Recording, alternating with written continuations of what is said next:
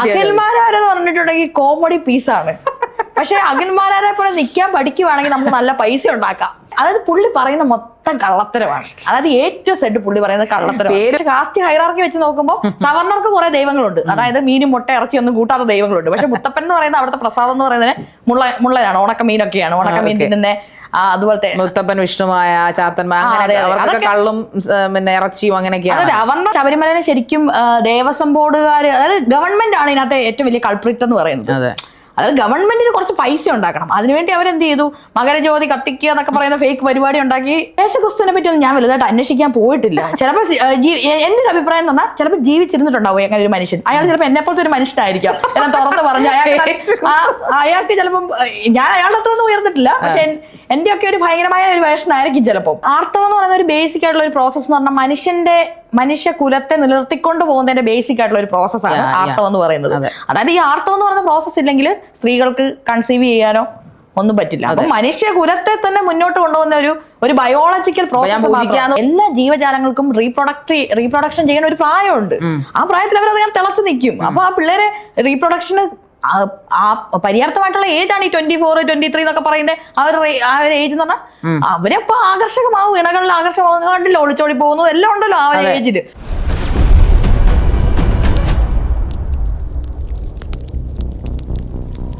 ദൈവവിശ്വാസിയല്ല, പക്ഷെ എന്റെ ദൈവം എന്ന് പറയുന്നത് പിള്ളേരാണ്. എന്തുകൊണ്ടാണ് ദൈവത്തിൽ വിശ്വാസം ഇല്ലാത്തത്? ദൈവത്തിൽ വിശ്വാസം ഇല്ലാത്തത് ഞാൻ ഫിസിക്സ് പഠിച്ചുകൊണ്ടാണ്. കാരണം നമുക്ക് പ്രപഞ്ചത്തിൽ യൂണിവേഴ്സിൽ വിശ്വസിക്കുന്നുണ്ട്. യൂണിവേഴ്സ് എന്ന് പറഞ്ഞാൽ ഐ മീൻ യൂണിവേഴ്സിൽ ഇപ്പൊ എന്ത് പറഞ്ഞാലും നിങ്ങൾ എത്ര അദമ്യമായി ആഗ്രഹിച്ചാലും ആ യൂണിവേഴ്സ് നിങ്ങൾ കൊണ്ട് തരുമെന്നൊരു തോട്ടുണ്ടല്ലോ. അങ്ങനെയൊന്നുമില്ല. You don't believe in that. എന്താ ഒരു പൂച്ച അത് പറയുമ്പോ തന്നെ അങ്ങനെയൊന്നുമില്ല. ഇതൊക്കെ നമ്മൾ പഠിക്കുമ്പോൾ ഇതൊരു പ്രോബബിലിറ്റി ഒക്കെയാണ്. അമ്പലങ്ങളിലോ അല്ലെങ്കിൽ പള്ളി ഒരു തരത്തിലുള്ള അമ്പലങ്ങളിലൊക്കെ നമ്മൾ പോകും. ഇതുപോലെ എന്താ പറയാ, നമ്മുടെ കൗതുകത്തിന് കൂട്ടുകാരൊക്കെ പോവാന്നൊക്കെ പറഞ്ഞ് ആറ്റുകാല അമ്പലത്തിലൊക്കെ പോകും. എന്താ ഇങ്ങനെ വൈബടിച്ച് ഉത്സവത്തിനും അങ്ങനെയൊക്കെ പോകും. ഞാൻ നാട്ടിലൊന്നും പോവാറില്ലായിരുന്നു. പക്ഷെ ഇവിടെ വരുമ്പോൾ നമുക്ക് കുറെ ഫ്രണ്ട്സ് ഉണ്ടല്ലോ. അപ്പൊ ട്രിവാൻഡ്രം എന്ന് പറഞ്ഞ അമ്പലങ്ങളുടെ നഗരമാണ്. അപ്പൊ അവിടെ കുറെ ഇതുപോലെ ഇഷ്ടംപോലെ അമ്പലം തൊഴാറൊന്നുമില്ല. പൂജപ്പുര അമ്പലം അവിടെ എല്ലാം പോയിട്ട് ഇങ്ങനെ എന്താ പറയാ ഉത്സവത്തിലൊക്കെ പോയി വൈബടിക്കും. അത്ര തന്നെ. ചെറുപ്പത്തിലെ തൊട്ട് ഇങ്ങനെ തന്നെയാണോ? അതായത് എല്ലാവരുടെ വീട്ടിലും, എന്റെ വീട്ടിൽ സ്ത്രീകൾ മാത്രമുള്ള വീടാണ്. എല്ലാ വീട്ടിലും സ്ത്രീകൾ മാത്രം ഉണ്ടെങ്കിൽ എങ്ങനെയായിരിക്കും, അവരെപ്പോഴും അമ്പലത്തിലായിരിക്കും. പക്ഷെ എന്റെ വീട്ടിൽ അമ്മ അമ്പലത്തിലേ പോകൂല. അമ്മയും ദൈവവിശ്വാസിയല്ല. അമ്മ ദൈവവിശ്വാസിയാണെന്ന് വെച്ചാൽ അമ്മയ്ക്ക് ഞങ്ങളുടെ നാട്ടിൽ മുത്തപ്പന്റെ പറശ്ശിനിക്കടവ് അത് ഒരു എന്താ പറയാ ഒരു കീഴ്ജാതി വിഭാഗത്തിന്റെ ദൈവം എന്നൊക്കെ പറയുന്ന പോലെ നമുക്ക് പറയാം. ഒരു തെയ്യം അതുമായിട്ടൊക്കെ ബന്ധപ്പെട്ടതാ. അപ്പം എന്റെ അമ്മ അങ്ങനെയൊക്കെ പറയോ, കീഴ്ജാതി വിഭാഗത്തിലെ ദൈവം എന്നൊക്കെ പറയോ? അത് പൊളിറ്റിക്കലി ഇൻകറക്റ്റ് ആണ് ആ വാക്കെന്ന് പറയുന്നത്, കീഴ്ജാതി വിഭാഗം എന്നൊക്കെ പറയുന്നത്. പക്ഷെ കാസ്റ്റ് ഹൈറാർക്കി വെച്ച് നോക്കുമ്പോൾ സവർണർക്ക് കുറെ ദൈവങ്ങളുണ്ട്. അതായത് മീനും മുട്ട ഇറച്ചി ഒന്നും കൂട്ടാത്ത ദൈവങ്ങളുണ്ട്. പക്ഷെ മുത്തപ്പൻ എന്ന് പറയുന്നത് അവിടുത്തെ പ്രസാദം എന്ന് പറയുന്നത് മുള്ളനാണ്, ഉണക്കമീനൊക്കെയാണ്. ഉണക്കമീൻ തിന്നുന്ന അതുപോലത്തെ മുത്തപ്പൻ, വിഷ്ണുമായ, ചാത്തന്മാർ, അങ്ങനെ കള്ളും പിന്നെ ഇറച്ചിയും അങ്ങനെയൊക്കെയാണ്. അതെ, അവർണ വിഭാഗത്തിൽപ്പെട്ട ദൈവങ്ങളെ സവർണവൽക്കരിച്ചാണ് ഇപ്പൊ പല സ്ഥലത്തും അമ്പലങ്ങളും ഒക്കെ ഉണ്ടാക്കി. ഇതൊക്കെ ഭയങ്കര പൊളിറ്റിക്കൽ ഇഷ്യൂസ് ഉണ്ടാക്കുന്ന സ്ഥലം. അവർണ വിഭാഗത്തിലെ ദൈവം എന്നൊക്കെ പറയുന്ന സവർണ വിഭാഗം അത് പറയുന്നതിന് ഇപ്പൊ എന്താ കുഴപ്പം? അതാണ് ഇവിടെ നടക്കുന്നത്. പല സ്ഥലത്തെയും എന്താ പറയാ ലോക്കലായിട്ടുള്ള അവരുടെ ഇപ്പൊ ലോക്കലായിട്ടുള്ള ദൈവങ്ങൾ എന്ന് പറഞ്ഞിട്ടുണ്ടെങ്കിൽ അവരുടെ പാരമ്പര്യമായിട്ട് അവരുടെ അപ്പനപ്പന്മാരാണ്, അവരുടെ പഴയ ആൾക്കാരാണ്. അവരെയാണ് അവർ ഈ വെച്ച് ആരാധിക്കുകയും ഒക്കെ ചെയ്യുന്നത്. എന്റെ വീട്ടിലുണ്ടായിരുന്നു. അതായത് ഞങ്ങളുടെ കുടുംബത്തിൽ താഴെ വിളക്ക് വയ്പ്പും പരിപാടിയൊക്കെ ഉണ്ടായിരുന്നു. എന്റെ അമ്മൂമ്മയുടെ ഏതോ മരിച്ചുപോയ അതൊക്കെയോ കുറെ കാരണവന്മാരെയൊക്കെ. അപ്പം അതുപോലുള്ള ആൾക്കാരെയാണ് പിന്നെ ദൈവങ്ങളായി വാഴ്ത്തി, പിന്നെ അവിടെ അമ്പലം കെട്ടി, പള്ളി വെട്ടി, ശമ്പളം കെട്ടി, വലുതാക്കി, സിമെന്റ് തറ കെട്ടി, പിന്നെ അത് RSSന്റെ പ്രൊപ്പഗേറ്റ് ചെയ്യാനുള്ള ഒരു പരിപാടിയാക്കി മാറ്റി. അങ്ങനെ ഈ ശബരിമലയിലൊക്കെ ശരിക്കും പറഞ്ഞു കഴിഞ്ഞാൽ ആദിവാസികളാണല്ലോ പൂജ നടത്തിക്കൊണ്ടിരുന്നത്. അതിന് പകരം ഇപ്പൊ താങ്കൾ പറയുന്ന രീതിയാണല്ലോ, സവർണർക്ക് അവിടെ പൂജ കൊടുത്ത് സവർണർ അവിടെ നിന്ന് സ്വർണ്ണം മോഷ്ടിക്കുന്നു, അതെല്ലാം കൊടുക്കുന്നു, പിന്നെ ചിലവരെ കുറ്റവിമുക്തരാക്കുന്നു, ഇതൊക്കെ ചെയ്യുന്നുണ്ടല്ലോ. അപ്പൊ ശബരിമലയെ കുറിച്ച് ആ വിഷയത്തെ കുറിച്ച് എന്താണ് ശ്രീലക്ഷ്മിക്ക് പറയാനുള്ളത്? ശബരിമലയെ പറ്റി എന്ന് പറഞ്ഞാൽ ശബരിമലനെ ശരിക്കും ദേവസ്വം ബോർഡുകാർ, അതായത് ഗവൺമെന്റ് ആണ് ഇതിനകത്ത് ഏറ്റവും വലിയ കൾപ്രിറ്റ് എന്ന് പറയുന്നത്. അതായത് ഗവൺമെന്റിന് കുറച്ച് പൈസ ഉണ്ടാക്കണം. അതിനുവേണ്ടി അവരെന്ത് ചെയ്തു, മകരജ്യോതി കത്തിക്കുക എന്നൊക്കെ പറയുന്ന ഫേക്ക് പരിപാടി ഉണ്ടാക്കി. അപ്പൊ ഞാൻ ഇതിനെപ്പറ്റി വായിച്ചിട്ടുണ്ട്പണ്ട്. എനിക്ക് കറക്റ്റായിട്ട് ഓർമ്മ കിട്ടുന്നില്ല, ആരോ എനിക്ക് ഓർമ്മ കിട്ടുന്നില്ല. അതായത് ഇത് ഗവൺമെന്റ് സ്പോൺസർ ചെയ്ത ഒരു പരിപാടിയാണ് ഈ മകരജ്യോതി എന്ന് പറയുന്നത്. അതായത് ഇവർക്ക് ഈ വിശ്വാസികളെ ഇത്രയും ആകർഷിച്ചാൽ, ഒരു ഫേക്ക് സംഭവം കാണിച്ച് വിശ്വാസികളെ ഇത്രയും ആകർഷിച്ചു. എന്തോരം ഭക്തജനങ്ങളാണ് അവിടെ നിന്ന് വരുന്നത്, അങ്ങോട്ടേക്ക് വരുന്നത്. അതും ടോട്ടൽ ഇന്ത്യയിൽ നിന്ന് മൊത്തമായിട്ട് വരുന്നത്, നോർത്ത് ഇന്ത്യയിൽ നിന്ന് വരാറുണ്ട്. അപ്പൊ ഇത്രയും പൈസ വന്ന കുമിഞ്ഞ് ഓടുമല്ലേ. അതെന്ന് പറഞ്ഞാൽ ഗവൺമെന്റിന്, അതായത് നമ്മുടെ ഗവൺമെന്റിന്റെ സ്പിരിച്വൽ ടൂറിസം വഴി പൈസ ഉണ്ടാക്കാനുള്ള ഒരു ടൂളാണ് ശരിക്കും പറഞ്ഞ ശബരിമല എന്ന് പറയുന്നത്. അത് അതിനെ അങ്ങനെയും കാണാം. പിന്നെ ഒരു ആരെങ്കിലും പറയുന്ന എന്തെങ്കിലും ഒരു കഥയെ വിശ്വസിച്ച് ആൾക്കാർക്ക് വരാം. ഐതിഹ്യങ്ങളിലൊന്നും വിശ്വസിക്കുന്നില്ല. ഇല്ല ഐതിഹ്യങ്ങളിലും മിത്തിലൊന്നും വിശ്വസിക്കും. മഹാഭാരത, രാമായണ അതിലൊന്നും രാമായണം എന്നൊക്കെ പറയുന്ന ഒരുപാട് തരത്തിലുള്ള രാമായണം തന്നെയുണ്ട്. അത് ശ്രീലക്ഷ്മിയുടെ കാഴ്ചപ്പാടിൽ എന്താണ് രാമായണ കെട്ടുകഥകൾ? പണ്ട് നാടോടി വായ്ത്താളം ഒക്കെ ആയിട്ട് ഇങ്ങനെ നാടോടി കഥകളായി മാറിയിട്ടുള്ള കെട്ടുകഥകളാണ് രാമായണം എന്ന് പറഞ്ഞ് പിന്നീട് എഴുതപ്പെട്ടിട്ടുള്ളത്. അതുകൊണ്ടാണ് പല പല നാട്ടിലും പല പല രാമായണം ഉള്ളത്. അറബി രാമായണം ഉണ്ട്. ഓരോ ചില സ്ഥലത്ത് രാവണൻ ജീവിച്ചിരുന്നില്ല എന്ന് വിശ്വസിക്കുന്നു. ആര്? യേശുക്രിസ്തു, ക്രൈസ്റ്റ്. യേശുക്രിസ്തുവിനെ പറ്റി ഒന്നും ഞാൻ വലുതായിട്ട് അന്വേഷിക്കാൻ പോയിട്ടില്ല. ചിലപ്പോൾ എന്റെ ഒരു അഭിപ്രായം എന്ന് പറഞ്ഞാൽ ചിലപ്പോൾ ജീവിച്ചിരുന്നിട്ടുണ്ടാവും അങ്ങനെ ഒരു മനുഷ്യൻ. അയാൾ ചിലപ്പോൾ എന്നെ പോലത്തെ ഒരു മനുഷ്യനായിരിക്കാം. ഞാൻ തുറന്ന് പറഞ്ഞു അയാൾക്ക് ചിലപ്പം ഞാൻ അയാളുടെ അത്ര ഒന്നും ഉയർന്നിട്ടില്ല. പക്ഷെ എന്റെ ഒക്കെ ഒരു ഭയങ്കരമായ ഒരു വേഷനായിരിക്കും ചിലപ്പം. അപ്പം അദ്ദേഹത്തിന് അന്ന് നല്ല തെറിവിളി അടിയിടിയൊക്കെ കിട്ടി. ഇതൊക്കെ കിട്ടല്ലോ, അങ്ങനെ സെറ്റപ്പ് ആയിരിക്കുന്നതാണ് എനിക്ക് തോന്നുന്നത്. അതുപോലെ ഇനി താങ്കളെ ഇനി ക്രൂശിക്കുമെന്നാണോ പ്രതീക്ഷിക്കുന്നത്? എനിക്കറിയാം ഭാവിയിലൊക്കെ ശ്രീലക്ഷ്മി അമ്പലത്തിന് നടയെ കൊണ്ടിരുത്തി ഉയർത്തെഴുന്നേൽക്കോ? എനിക്ക് തോന്നുന്നു ശരി, അമ്പലത്തെ കുറിച്ച് പറഞ്ഞപ്പോഴാണ് ഞാൻ വേറൊരു കാര്യം പറഞ്ഞത്. നമ്മുടെ ആർത്തവത്തെ കുറിച്ചും ആർത്തവ രക്തത്തെ കുറിച്ചും ഒക്കെ ശ്രീലക്ഷ്മി കുറെ ഘോരം സംസാരിച്ചിട്ടുണ്ടല്ലോ. അപ്പോൾ നമ്മൾ ഇപ്പൊ വീട്ടിലാണെങ്കിലും അല്ലെങ്കിൽ എനിക്കറിയാവുന്ന ആൾക്കാരോടൊക്കെ ഞാൻ ഈ ആർത്തവം എനിക്കെന്നും ഒരു വേദനാജനകമായിട്ടുള്ള കാര്യങ്ങളാണ് എന്റെ ആർത്തവം സമ്മാനിച്ചിട്ടുണ്ട്. പക്ഷെ ഭയങ്കര വേദനകളുള്ള ദിവസങ്ങളാണ്. പൊതുവിൽ മിക്ക സ്ത്രീകൾക്കും വേദന നിറഞ്ഞ ദിവസങ്ങളാണ് ഈ ആർത്തവം എന്ന് പറയുന്നത്. അപ്പോൾ ഞാൻ സ്വയം ശപിച്ചിട്ടുണ്ട്. എന്ന് വെച്ചാൽ നമ്മളെ മാറ്റി നിർത്തുക, അല്ലെങ്കിൽ അമ്പലത്തിൽ കയറാൻ പറ്റാതാവുക, അല്ലെങ്കിൽ ഞാൻ വിശ്വാസിയാണ്. അപ്പം ഞാൻ സ്വാഭാവികമായിട്ട് അമ്പലത്തിൽ ഇഷ്ടപ്പെടുന്ന ഒരാളാണ്. എന്നാൽ അന്ധവിശ്വാസങ്ങളില്ല താനും. പക്ഷെ എന്നാലും പൊതുവിൽ പഴയ ആചാരം നമ്മുടെ ചെറുപ്പത്തിലൊക്കെ ഈ അവിടെ തൊടണ്ട ഇവിടെ തൊടണ്ട സെറ്റിലിരിക്കണമെങ്കിൽ നമ്മുടെ ആ ഒരു 7 ദിവസം കഴിയുമ്പോൾ നമ്മുടെ വീട്ടിൽ നമ്മൾ കിടന്ന സാധനങ്ങളൊക്കെ എടുത്ത് കഴുകുക, അല്ലെങ്കിൽ പുറത്തുകൊണ്ട് വിരിച്ചു, അങ്ങനെയുള്ള ആചാരങ്ങൾക്ക് ചെറുപ്പം തൊട്ട് എനിക്ക് ദേഷ്യമുള്ള ഒരാളായിരുന്നു. അപ്പം ശ്രീലക്ഷ്മി പറയുന്ന പോലെ ഈ ആർത്തവം ഞാൻ കേട്ടിരിക്കുന്നത് പണ്ട് നമുക്ക് സ്ത്രീകൾക്ക് റെസ്റ്റ് എടുക്കാൻ വേണ്ടി ഉണ്ടാക്കിയ ഒരു സംഭവമായിരുന്നു ഈ ആർത്തവം എന്ന് പറയുന്നത്. വെച്ചാൽ അവരുടെ ശരീരം ഇളമയ്ക്കൊള്ളുന്ന ഒരു കാലഘട്ടം, ഈ ബ്ലഡ് പോകുന്നതും അവർ ഭയങ്കര ക്ഷീണിതരായിരിക്കുന്ന ഒരു കാലഘട്ടം. അതിൽ അവരെ ഒരു തരത്തിലും ശല്യപ്പെടുത്താതെ അവർക്ക് സ്വസ്ഥമായിട്ട് കിടക്കാൻ വേണ്ടി ഉണ്ടാക്കിയതാണ് 7 ദിവസത്തെ റെസ്റ്റ്. പകരം ഇത് വേറെ ആരോ അത് വേറൊരു ഫാബ്രിക്കേറ്റ് ചെയ്തുകൊണ്ട് സ്ത്രീകളെ തൊട്ടുകൂടായ്മയിലേക്ക് എത്തിച്ചു. എന്താണ് ശ്രീലക്ഷ്മിയുടെ വേർഷൻ ആർത്തവത്തെ കുറിച്ച്? ശരിക്കും സ്ത്രീകളെ പൂജിക്കേണ്ട ഒരു സമയമല്ലേ ഈ ആർത്തവ സമയം? പൂജിക്കൊന്നും വേണ്ട, സ്ത്രീകളെ പൂജിക്കൊന്നും വേണ്ട. അതായത് ഒരു സ്ത്രീ എന്താ പറയുക, അവർക്ക് ഏറ്റവും ആരോഗ്യവതി എന്ന് കാണിക്കുന്നതാണല്ലോ ഈ ആർത്തവം എന്ന് പറയുന്നത്. കൃത്യമായ ആർത്തവങ്ങൾ ശരിക്കും ശരീരക്ഷമതയും അവൾ പൂർണ്ണ ആരോഗ്യവതിയുമാണെന്ന് കാണിക്കുന്നതാണല്ലോ കൃത്യമായ ദിവസം 28 ദിവസങ്ങൾ ഇടവേള വരുന്ന ആർത്തവം എന്ന് പറയുന്നത്. സോ ആയിട്ട് അവളെ അന്ന് ഏറ്റവും കൂടുതൽ റെസ്പെക്ട് ചെയ്യുകയും അവർക്ക് ഏറ്റവും കൂടുതൽ വേണ്ട കാര്യങ്ങൾ ചെയ്തു കൊടുക്കുകയും ചെയ്യുന്ന ഒരു സാധനം എന്നാണ് ഞാൻ റെസ്പെക്ട് പൂജിക്കുക എന്ന് ഉദ്ദേശിച്ചത്.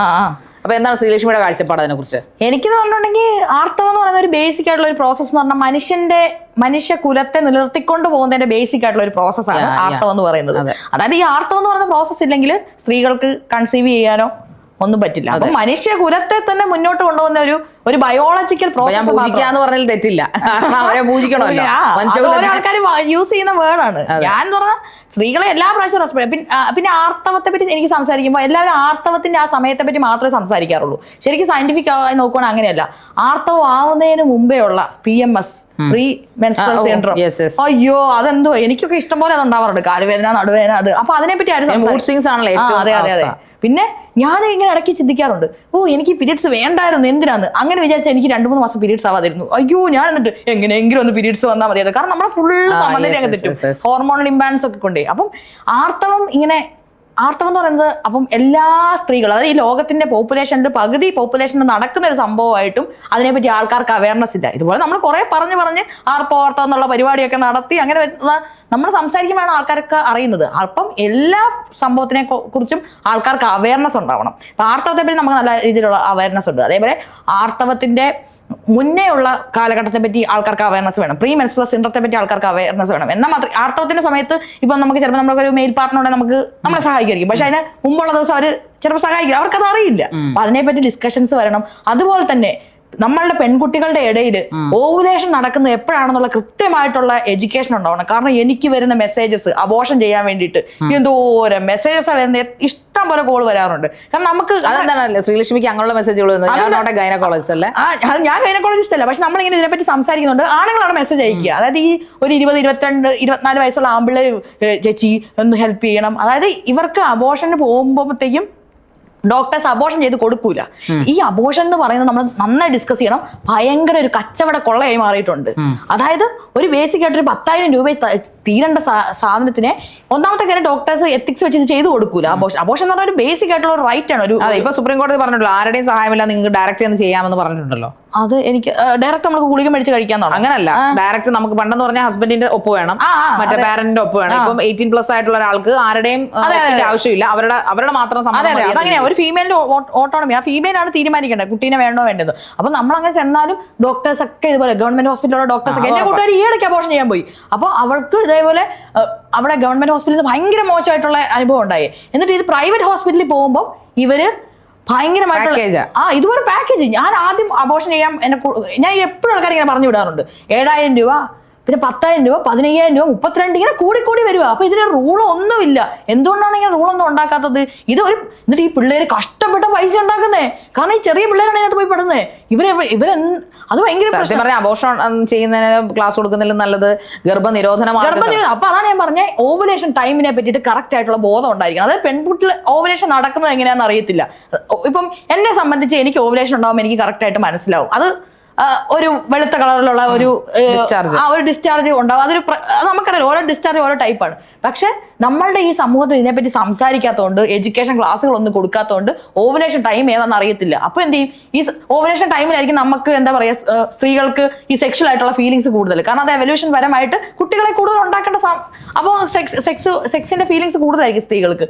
അപ്പം ഇവര് പോയിട്ട് റൂം എടുക്കുകയും അങ്ങനെ സെക്സ് ഒക്കെ ചെയ്ത് കുട്ടികളുണ്ടാവും ഈ സമയത്ത്. അത് ഭയങ്കര. എന്നിട്ട് പിന്നെ ഇവർ ഇതിന്റെ പ്രശ്നങ്ങൾ, പിന്നെ ഈ ഓവുലേഷൻ കഴിഞ്ഞ ഓവുലേഷന്റെ സമയത്തായിരിക്കും. എന്നിട്ട് പിന്നെ ഇവർ പോയി IPL കഴിക്കും. IPL കഴിച്ചാൽ ഓവുലേഷൻ നടന്നതുകൊണ്ട് സത്യം പറഞ്ഞാൽ ഇങ്ങനെയുള്ള ഈ ലക്ഷ്മി പറഞ്ഞ കാര്യം, അതായത് ലൈംഗികതയെ കുറിച്ചുള്ള ഒരു ക്ലാസ്സുകൾ ചെറിയ, അതായത് ഒരു എനിക്ക് തോന്നുന്നു 5ാം ക്ലാസ് തൊട്ട് കുട്ടികൾക്ക് കൊടുക്കേണ്ട ഒരു, അതായത് ആ സമയം അവർ അപ്പർ പ്രൈമറിയിലേക്ക് കയറുമ്പോൾ തന്നെ, അല്ലെങ്കിൽ ഹൈസ്കൂൾ തലം തൊട്ട് തന്നെ കുട്ടികൾക്ക്, താങ്കളുടെ അധ്യാപികയുടെ ആയതുകൊണ്ട് ഞാൻ ചോദിക്കുകയാണ്, കൊടുക്കേണ്ട ഒരു ആവശ്യകതയില്ല. അങ്ങനെയാണെങ്കിൽ ഇങ്ങനെ ഒരു ടോക്ക് പോലും ഒരുപക്ഷെ നമ്മുടെ ഇന്റർവ്യൂവിൽ വരില്ല. ഇപ്പൊ ശ്രീലക്ഷ്മി പറയുന്നുണ്ട്, ഒരുപാട് മെസ്സേജുകൾ ശ്രീലക്ഷ്മിക്ക് വരുന്നുണ്ട് ഗർഭനിരോധന മാർഗ്ഗങ്ങളെ കുറിച്ച്, കൂടുതൽ അബോർഷനെ കുറിച്ച് ചോദിക്കുന്ന മെസ്സേജുകൾ. അത് സത്യം പറഞ്ഞാൽ നമ്മുടെ കുട്ടികളുടെ അറിവില്ലായ്മയാണെന്നോ അല്ലെങ്കിൽ മൂല്യച്യുതിയോ നമ്മൾ പറയുന്നതിന് മുൻപ് നമ്മൾ ചിന്തിക്കേണ്ടത് നമ്മുടെ ഫാമിലി നമുക്ക് അതിനെക്കുറിച്ച് അറിവില്ലാത്തതുകൊണ്ടാണ്, അല്ലെങ്കിൽ ആ ഒരു ലൈംഗികമായിട്ടുള്ള ഡിസിപ്ലിൻ ഇല്ലാത്തതുകൊണ്ടാണെന്ന് പറയേണ്ടി വരും. ലൈംഗികമായ ഡിസിപ്ലിൻ അല്ല, അത് ആ കുട്ടികളുടെ പ്രായം അതാണ്. അതിപ്പോ എല്ലാ ജീവജാലങ്ങൾക്കും റീപ്രൊഡക്ഷൻ ചെയ്യുന്ന ഒരു പ്രായമുണ്ട്. ആ പ്രായത്തിൽ അവരത് തിളച്ചു നിൽക്കും. അപ്പൊ ആ പിള്ളേരെ റീപ്രൊഡക്ഷന് ആ പര്യാപ്തമായിട്ടുള്ള ഏജ് ആണ് ഈ 24, 23 എന്നൊക്കെ പറയുന്നത്. ആ ഒരു ഏജ് എന്ന് പറഞ്ഞാൽ അവരപ്പോ ആകർഷകമാവും, ഇണകളിൽ ആകർഷകമാവുന്ന കണ്ടില്ല, ഒളിച്ചോടി പോകുന്നു എല്ലാം ഉണ്ടല്ലോ ആ ഒരു ഏജില്. അപ്പം ആ സമയത്ത് കറക്റ്റ് കുട്ടികൾ ഉണ്ടാവാതിരിക്കാൻ വേണ്ടി, കുട്ടികൾ മിക്ക കേസിലും ആക്സിഡന്റ് ആയിട്ടുണ്ടാവുന്നതാണ്. വിചാരിച്ചോണ്ടല്ല കുട്ടികൾ ഉണ്ടാവുന്നത്, പ്ലാൻ ചെയ്തല്ല കുട്ടി ഉണ്ടാവുന്നത്. അപ്പം കുട്ടികൾ ഉണ്ടാവാതെ ഇതിനെ എങ്ങനെ പ്രൊട്ടക്ട് ചെയ്യാം എന്നുള്ളത് നമ്മൾ പഠിപ്പിക്കേണ്ടതുണ്ട്. അത് നമ്മൾ 1ാം ക്ലാസ് തൊട്ട് കോംപ്രിഹെൻസീവ് ആയിട്ടുള്ള സെക്സ്വാലിറ്റി എഡ്യൂക്കേഷൻ വേണം. പക്ഷെ അത് ഇവിടെ കൊടുക്കാൻ അതിനെപ്പറ്റി സർക്കാരൊക്കെ തയ്യാറാണ്. ശിവൻകുട്ടി മിനിസ്റ്റർ ഇപ്പം അല്ല, മാറി വരുന്ന സർക്കാർ എല്ലാവരും തയ്യാറല്ലല്ലോ. ഇപ്പൊ ശിവൻകുട്ടി മിനിസ്റ്റർ പറയുന്ന പോലെ അല്ലല്ലോ. നമ്മുടെ എല്ലാ ഡിപ്പാർട്ട്മെന്റിലെ ആൾക്കാർ മനുഷ്യൻ പലവിധമാണല്ലോ. എത്രയൊക്കെ ഇപ്പൊ താങ്കൾക്ക് PG ഉണ്ട്, ഡബിൾ PG ഉണ്ടാവാം, അല്ലെങ്കിൽ താങ്കൾ MD ആണ്, താങ്കൾക്ക് എക്സ്പീരിയൻസ് ഉണ്ടെന്ന് പറഞ്ഞാൽ പോലും താങ്കൾക്ക് ഇങ്ങനെ ഒരു വിശാലമായ ചിന്താഗതി ഉള്ളതുകൊണ്ടാണ് ഇത് പറയുന്നത്. മറിച്ച് എല്ലാ അധ്യാപകരും അങ്ങനല്ല, എല്ലാ സോഷ്യൽ റിഫോം എന്താ പറയുന്ന സോഷ്യൽ ആക്ടിവിറ്റീസും അങ്ങനല്ല. അപ്പൊ അത് അങ്ങനെയുള്ള ആൾക്കാർ വേണം. അങ്ങനെയുള്ള ആൾക്കാർ ബെഞ്ച് ഓഫ് ആൾക്കാർ വരികയും എഡ്യൂക്കേഷൻ ഡിപ്പാർട്ട്മെന്റ് ഇങ്ങനെയുള്ള കാര്യങ്ങൾക്ക് മുൻകൈ എടുക്കുകയും കുട്ടികൾക്ക് ഇങ്ങനെയുള്ള എഡ്യൂക്കേഷൻ, അതായത് നമുക്ക് PT പീരീഡ് കൊടുക്കാൻ താല്പര്യമാണ്, അതുപോലെ തന്നെ സെക്സ് എഡ്യൂക്കേഷൻ ക്ലാസ് മസ്റ്റായിട്ടും ഒരു ആഴ്ചയിൽ ഇത്ര ദിവസം വെച്ച് കൊടുക്കേണ്ട സമയം അതിക്രമിച്ചിരിക്കുന്നു. കാരണം കുട്ടികൾ ഇത് തനിയെ ചെയ്യുന്നത് കൊണ്ടാണ് താങ്കൾക്ക് ഇതുപോലുള്ള മെസ്സേജുകൾ. താങ്കൾ പറയുന്ന പോലെ ഒരു അഡോളസെന്റ് ഏജ് ആകുമ്പോൾ, ടീനിലേക്ക് ആകുമ്പോഴേ കുട്ടികൾക്ക് ഇതൊക്കെ തുടങ്ങും. ഈ ആകർഷണം ഓപ്പോസിറ്റ് സെക്സിനോടോ സെയിം സെക്സിനോടോ ഒക്കെ ആകർഷണം തുടങ്ങും. പക്ഷേ ഈ പറയപ്പെടുന്ന സംഭവങ്ങൾ അവർക്ക് അറിവുണ്ടെങ്കിൽ, അവർ എവരിഡേ ഇത് കേൾക്കുകയാണെങ്കിൽ അവരത് കൺട്രോൾ ചെയ്ത് അങ്ങ് പോകും. അവർക്കറിയാം ഇന്ന കാര്യങ്ങൾ സംഭവിക്കും, അതുകൊണ്ട് ഇത് ഇന്നത് പാടില്ല, ഇന്നതേ പാടാവൂ എന്ന് അവർ ചിന്തിക്കും, അല്ലേ? അതെ. അപ്പൊ ഞാൻ പറയുന്നത് എപ്പോഴും നമ്മുടെ ഫാമിലികളിൽ പെൺപിള്ളേരോട് നീ അവൻ്റെ കൂടെ പോകരുത്, നീ അങ്ങനെ, അതായത് എല്ലാം നോ എന്നാ പറയുന്നത്. പക്ഷെ അങ്ങനെയല്ല ചെയ്യണ്ടേ, സേഫ് ആയിട്ട് എങ്ങനെ പോകാം അതാണ് പഠിപ്പിക്കേണ്ടത്. കാരണം പിള്ളേർ എന്തായാലും പോകും എന്തായാലും. ഇപ്പം 18 വയസ്സ് വരെ പോകുമ്പോൾ അവിടെ സെക്ഷൽ കോണ്ടാക്ട് ഉണ്ടാവാതിരിക്കാൻ വേണ്ടി 18 അല്ല, ഇപ്പൊ 12, 13 അല്ലേ? പക്ഷെ സെക്ഷൽ കോണ്ടാക്ട് ഉണ്ടാവാതെ നോക്കണം നമ്മുടെ ഉത്തരവാദിത്തം. കാരണം എന്താ, പിള്ളേർ പോക്സോ കേസിലകത്താവും. അല്ല, അതുകൊണ്ടാണ് നമ്മൾ കഴിഞ്ഞ പ്രാവശ്യം, എനിക്ക് തോന്നുന്നു 1 വർഷം ആയിട്ടില്ല ആ വാർത്ത വന്നിട്ട്, 8ാം ക്ലാസ്സുകാരി 9ാം ക്ലാസ്സുകാരൻ 8ാം ക്ലാസ്സുകാരൻ ഗർഭിണിയായെന്ന് പറഞ്ഞു നമ്മുടെ കേരളത്തിൽ തന്നെ ഒരു വാർത്ത കേൾക്കേണ്ടി വന്നു. അതെ. അത് ഇവർ ഈ വീഡിയോസ് ഒക്കെ കാണുമല്ലേ, എല്ലായിടത്തും അവൈലബിൾ അല്ലേ വീഡിയോസ്. അപ്പൊ ഇവരെ സംബന്ധിച്ചൊക്കെ ഇവർക്ക് അറിയുന്നുണ്ടാവില്ല കുട്ടി ഉണ്ടാവുന്നത്, ഇവരത് കാണുന്നത് ട്രൈ ചെയ്ത് നോക്കുമായിരിക്കും. അറിയില്ലോ, നമുക്കിപ്പോ പിള്ളേരുടെ ഇപ്പോഴത്തെ പിള്ളേരുടെ ഡൈനാമിക്സ് നമുക്കറിയില്ല. ഇപ്പൊ നമ്മൾ പഠിപ്പിക്കാൻ പോയാലും പല പിള്ളേരും പണ്ടത്തെ ഒരു പിള്ളേർ ഇപ്പൊ ഉള്ളത് അത് ഭയങ്കര വ്യത്യാസം. അതെ അതെ, നമുക്കത് അറിയാൻ വേണ്ടി പറ്റും. കാരണം നമുക്ക് മനസ്സിലാവുന്നില്ല ഇവരെന്താണ് ഇവരുടെ മനസ്സിലിരിക്കുന്നത്. പണ്ടൊക്കെ ഒരു പിള്ളേരെ പഠിപ്പിക്കാൻ പോവാണെ നമുക്ക് കുറച്ചുകൂടെ കമ്മ്യൂണിക്കേഷൻ ഉണ്ടായിരുന്നു പിള്ളേരുമായിട്ട്. അവരെ നമുക്ക് കിട്ടുമായിരുന്നു ഇവരുടെ മനസ്സിൽ എന്താന്ന്. പക്ഷെ ഇപ്പം എന്ന് പറഞ്ഞാൽ അത്രയധികം കമ്മ്യൂണിക്കേഷൻ ഇല്ല. നമുക്ക് പ്രായമായതുകൊണ്ടാണോന്നും അറിയത്തില്ല ഇവര് പറയുന്നത്. അല്ല, നമ്മൾ അവരെ വെച്ചോക്കോ നമ്മളൊരു തള്ള വൈബ് ആണല്ലോ. നമ്മുടെ 15 വയസ്സിലും 12 വയസ്സിലും 30 വയസ്സുള്ള ആൾക്കാർ തള്ള വൈബ് അല്ലായിരുന്നോ? അപ്പം അത് എന്താന്ന് മനസ്സിലാവുന്നില്ല. എന്നാലും പക്ഷെ ഈ ഒരു നമ്മളുടെ സ്റ്റേറ്റിന്റെ റെസ്പോൺസിബിലിറ്റി ആണ് കുട്ടികൾ എന്നുള്ളത്. അപ്പൊ സ്റ്റേറ്റ് എഡ്യൂക്കേഷൻ പ്രൊവൈഡ് ചെയ്യുമ്പോൾ അതിനകത്ത് കോംപ്രഹെൻസീവ് ആയിട്ടുള്ള സെക്ഷുവാലിറ്റി എഡ്യൂക്കേഷൻ ഇൻക്ലൂഡ് ചെയ്യണം. അതിന് നല്ല നല്ല ആൾക്കാർ വേണം. ഞാനൊക്കെ ഡബിൾ ഡിഗ്രി ഡബിൾ PG ഒക്കെ കഴിഞ്ഞിരിക്കുകയാണ്. നമ്മളെയൊക്കെ യൂസ് ചെയ്യാം. നമ്മളൊന്നും ഒരു ജോലിയില്ല, നമ്മളിങ്ങനെ ഇരുത്തിയേക്കുക. നമ്മളെ പോലുള്ള റിസോഴ്സ്ഫുൾ ആയിട്ടുള്ള പേഴ്സൺസിനെ ഒന്നും ആർക്കും ഇവിടെ വേണ്ട. ഇവിടെ പാർട്ടിയുടെ ബാക്ക് പിൻവരമുള്ള ആൾക്കാരെയൊക്കെ മതി. ഓരോന്നിനകത്തും ഓരോ കമ്മീഷനകത്തും കേട്ടാനും ഒക്കെ.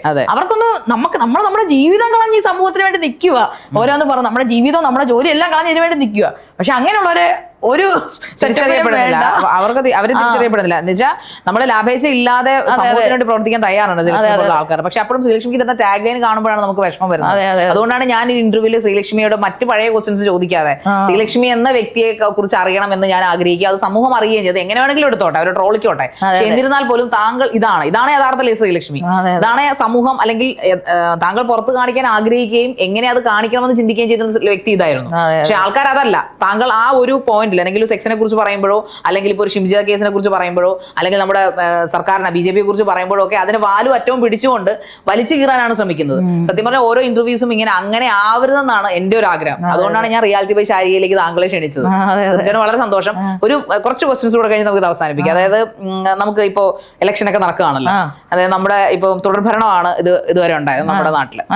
അപ്പോൾ അതിന്റെ ഇനിയിപ്പോ എന്താ പറയുന്നത്, ഇവിടെ പലതരത്തിലുള്ള PR വർക്കുകളുടെ ഭാഗമായിട്ട് പല സർക്കാരുകൾ ഇതിലേക്ക് വരാനായിട്ട് ആഗ്രഹിക്കുന്നു. നമ്മുടെ കേന്ദ്ര സർക്കാർ ഇവിടെ ഭരണം പിടിക്കാൻ ആഗ്രഹിക്കുന്നു. അതിൻ്റെതായിട്ടുള്ള വലിയ മാമാങ്കങ്ങൾ നമ്മൾ കാണുന്നുണ്ട്.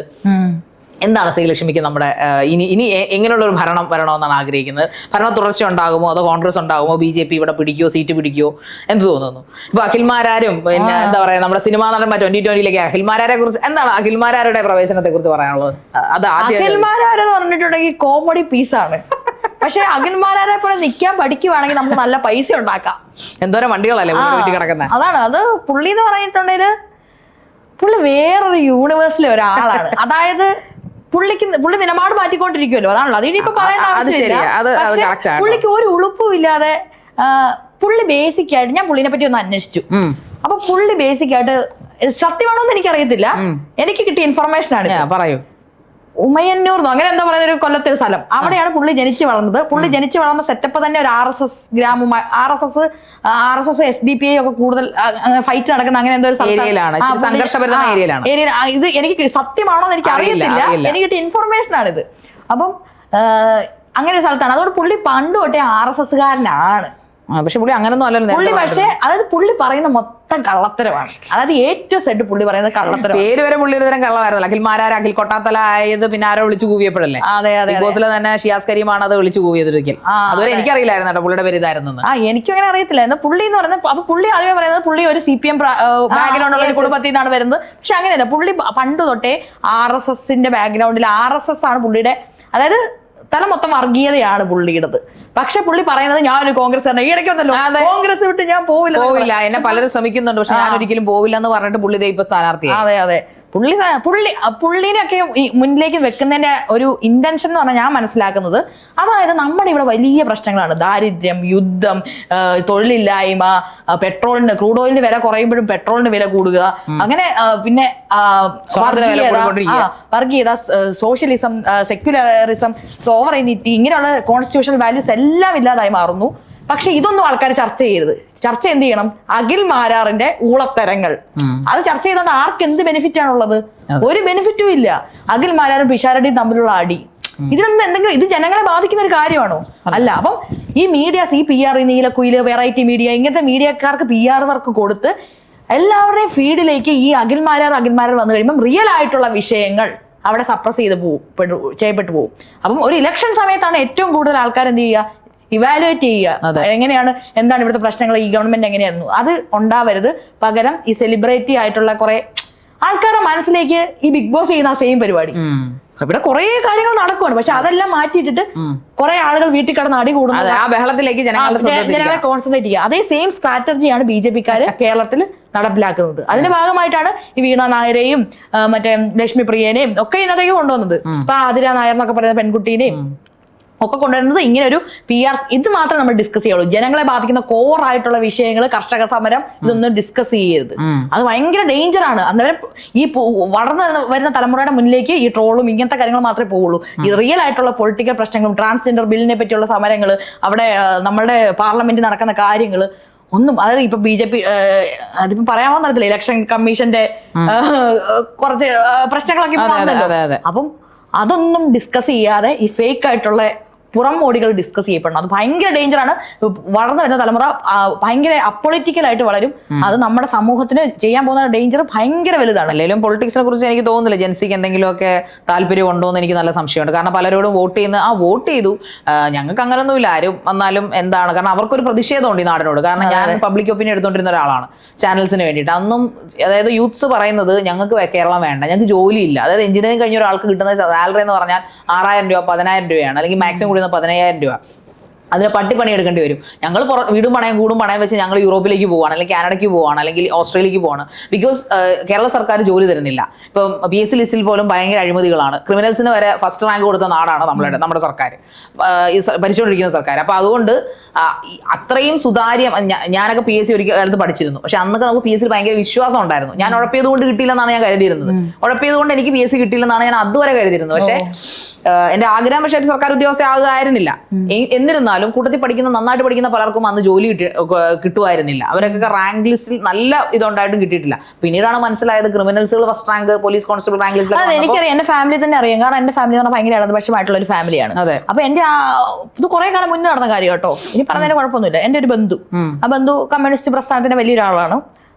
വലിയ ആ നാട്ടിലെ കുറച്ച് വലിയൊരാളാണ്. അപ്പൊ അവരുടെ ഭാര്യയ്ക്ക് ഇതേപോലെ ലിസ്റ്റിൽ ഒരു സമയം പേരൊക്കെ ഉണ്ടായിരുന്നു. അപ്പൊ അവർ ഒരു മാസത്തോളം തിരുവനന്തപുരത്ത് വന്ന് നിന്ന് എന്തൊക്കെയോ എന്താ ചെയ്തെന്ന് എനിക്കറിയില്ല. എന്റെ ചെറുപ്പത്തിലാണ്. അപ്പൊ ഞാനത് നോക്കുന്നത് ചിലപ്പോ ഇങ്ങനെ എന്തെങ്കിലും പരിപാടികളായിരിക്കും അങ്ങനെ. പക്ഷെ അവർക്ക് ജോലി കിട്ടി. അത് മാത്രമല്ല റാങ്ക്, പിന്നീട് ഞാൻ അറിഞ്ഞ റാങ്ക് ലിസ്റ്റ് വന്നാൽ മാത്രം പോരാ, അത് ചവിട്ടി മേളിലോട്ട് കയറാനുള്ള പരിപാടികളും നമ്മൾ ഉന്നതങ്ങളിൽ പിടിച്ചാൽ മാത്രമേ നമുക്ക് അഡ്വൈസ് മെമ്മോ എന്ന് പറഞ്ഞ സാധനം കയ്യിൽ വരത്തുള്ളൂ എന്ന് വേറെ പലരും പറഞ്ഞു, ഞാൻ അറിഞ്ഞു. നമ്മുടെ സുഹൃത്തുക്കൾ തന്നെ പറഞ്ഞു. ഇത് PSCയുടെ മാത്രമല്ല, നമ്മളിപ്പം കോർപ്പറേറ്റ് ബാങ്കുകളിൽ, അതുപോലെ തന്നെ നമ്മളിപ്പം ഞാൻ ടീച്ചർ ആയതുകൊണ്ട് എനിക്ക് അറിയാം, നമ്മൾ ഗസ്റ്റ് ലെക്ചറിന്റെ ഇതുപോലെ ഫേക്ക് കുടായ്പ ഒരു പരിപാടി. എന്തിനാ അവര് വിളിക്കുന്നത്? ഇവർ ഓൾറെഡി ഫിക്സ് ആൾക്കാർ, എന്നിട്ട് വിളിച്ച് നമ്മളെ എത്ര നേരം കാത്തു നിൽക്കുന്ന അറിയോ? കാത്തു നിന്ന് നമ്മളോട് ചോദ്യം ചോദിച്ച് ഒരു പ്രഹസന പരിപാടി. അപ്പൊ നമ്മളോട് ഇപ്പൊ എന്റെ എത്ര കൂട്ടുകാർ, അതായത് എനിക്ക് എന്റെ കൂടെ പഠിച്ച കുറെ ആൾക്കാർക്ക് ടീച്ചർ സ്കിൽ ഇല്ലാത്ത ഒത്തിരി ആളുകളുണ്ട്. അപ്പം അതായത് ടീച്ചർ സ്കിൽ ഇല്ലാത്ത ആൾക്കാർ അപ്പൊ നമ്മുടെ വീട്. പക്ഷെ നമ്മൾ നോക്കുമ്പോഴത്തേക്കും നല്ല സ്കില്ലുള്ള ആൾക്കാർ വീട്ടിലിരിക്കുകയും ഒരു സ്കില്ലില്ലാതെ പാർട്ടിയുടെ പുറകെ നടക്കുന്ന ആൾക്കാർക്ക് പെട്ടെന്ന് ഒന്നെങ്കിൽ ഭർത്താവ് പാർട്ടിക്കാരനായിരിക്കും, അങ്ങനെയുള്ള ആൾക്കാർക്ക് ഗസ്റ്റിലൊക്കെ പെട്ടെന്ന് ഗസ്റ്റ് ഇതുവരെ അത് ഈ വേക്കൻസി വരുമ്പോഴേ ഇവരിങ്ങനെ വിളിച്ച് പറയും. ഇതല്ല ഇതിന്റെ അടിയിൽ കൂടെ വേറൊരു സംവിധാനം തുടർഭരണം ഉണ്ടാവുന്ന സെലക്ഷൻ പ്രതീക്ഷിക്കുന്നുണ്ടോ? സത്യം പറഞ്ഞാൽ ഞാൻ ഒരു 2 മാസം മുമ്പേ ഞാൻ തുടർഭരണം ആഗ്രഹിക്കുന്നില്ല. 2 മാസം മുന്നേ വരെ ഞാൻ വിചാരിച്ച തുടർഭരണം ഉണ്ടാവില്ലെന്നാ ഈ പഞ്ചായത്ത് ഇലക്ഷൻ കഴിഞ്ഞപ്പോ. പക്ഷേ VD സതീശൻ അത്യാവശ്യം കള്ളം പറഞ്ഞാണോ എന്ന് എനിക്ക് അറിയത്തില്ല, കള്ളത്തരാന്നൊക്കെ പറയുന്നു. എന്ത് പറഞ്ഞാണേലും ഇതിനെ ഒന്ന് ഒരു വോട്ടിനെ കരക്കടിപ്പിക്കാൻ വേണ്ടിയോ കോൺഗ്രസിനെ ഒന്ന് പിടിച്ച് കരക്കടിപ്പിക്കാൻ ശ്രമിച്ചപ്പോഴത്തേക്കും KC വേണുഗോപാൽ വന്ന് ഇവിടെ എല്ലാം നശിപ്പിച്ചു. അതിന്റെ കല്യാണം തോന്നി ഇപ്പം VD സതീശനിൽ കാണുന്നത്. അപ്പം എന്താ വെച്ചാൽ അധികാരത്തോടുള്ള ആർത്തി ജനങ്ങളുടെ മുമ്പിൽ കാണിക്കുകയാണ്. അതെ അതായത് സീരിയസ്ലി ഇപ്പൊ എസ് എ പേഴ്സൺ എന്നല്ല എനിക്കിപ്പോ വോട്ട് ചെയ്യാൻ പോകണമെന്ന് യാതൊരു താല്പര്യം ഉള്ളത് ഞാൻ പറയണം. ഈ ക്യാമറ മുമ്പിൽ നിന്നാണല്ലോ പറയുന്നത്. കാരണം ആർക്ക് കൊടുക്കും? BJP അല്ലെങ്കിൽ BJPക്ക് നമ്മൾ കൊടുത്താലും ആ വോട്ട് പാഴായി പോകുന്നുള്ള പേടിയാണ്. കാരണം വേറെ ഒന്നും കൊണ്ടല്ല, കേരളത്തിൽ അവർക്ക് വേരുകൾ ഉണ്ടാവില്ലെന്ന് തന്നെ പറയപ്പെടുന്നു. പക്ഷേ ബിക്കോസ് ഓഫ് പല റീസൺസ് ഈ പറയപ്പെടുന്ന കോൺഗ്രസ് നമ്മൾ എന്ത് കണ്ടിട്ട് കൊടുക്കും? ഇപ്പൊ 2 വർഷമായിട്ട് നമ്മൾ തുടർച്ചയായിട്ട് 10 വർഷമായിട്ട് നമ്മൾ LDFനെ സഹിക്കുന്നു. അപ്പോൾ LDFനെ സഹിക്കാന്ന് പറഞ്ഞാൽ നമുക്ക് ഈ പറഞ്ഞ കാലങ്ങളായിട്ട് കേരളത്തിലെ ഒരു കീഴ്വഴക്കം എന്ന് പറഞ്ഞാൽ ഇടത് വലതാണല്ലോ. അപ്പോൾ അതിനു മുമ്പ് അതിനൊരു മാറ്റം സംഭവിച്ചാണ് കഴിഞ്ഞ 10 വർഷം തുടർഭരണം എന്ന് പറയുന്നത്. പക്ഷേ ജനങ്ങൾ മടുത്തു എന്ന് എന്റെ പോയിന്റിൽ ഞാൻ ആർക്ക് കൊടുക്കും? കോൺഗ്രസിന് കൊടുക്കണമെന്ന് നമ്മൾ ആഗ്രഹിക്കുന്നു. പല കേരളീയനും ആഗ്രഹിക്കുന്നുണ്ട് കോൺഗ്രസിന് കൊടുക്കണമെന്ന്. പക്ഷെ ആർക്ക് കൊടുക്കാനാണ്? കാരണം അവർ തമ്മിത്തല്ലാണ്, സീറ്റിന് വേണ്ടി അടിയാണ്. അതായത് ഇത്രയും ഇലക്ഷൻ അടുത്തിട്ടും ഒരു ലജ്ജയും ഇല്ലാതെ ഒരു ജാള്യതയും ഇല്ലാതെ ജനങ്ങളുടെ മുമ്പിൽ കിടന്ന് ഇടിവെക്കുന്നു. സീറ്റിന് വേണ്ടിയിട്ട്. അത് മാത്രമല്ല, അപ്പൊ നമ്മൾ ഇങ്ങനെ വിചാരിക്കും, അതായത് ഇത്രയും ഒരു ഇന്റേണൽ കോൺഫ്ലിക്ട് സോൾവ് ചെയ്യാത്ത ആൾക്കാർ എങ്ങനെ നമ്മുടെ ഒരു കേരളത്തിലൊരു പ്രശ്നം ഉണ്ടായി? കാരണം കേരളത്തിനെതിരെ ഇപ്പൊ ഭയങ്കര ഹേറ്റ് പ്രൊപ്പഗേഷൻ നടക്കുന്നത്.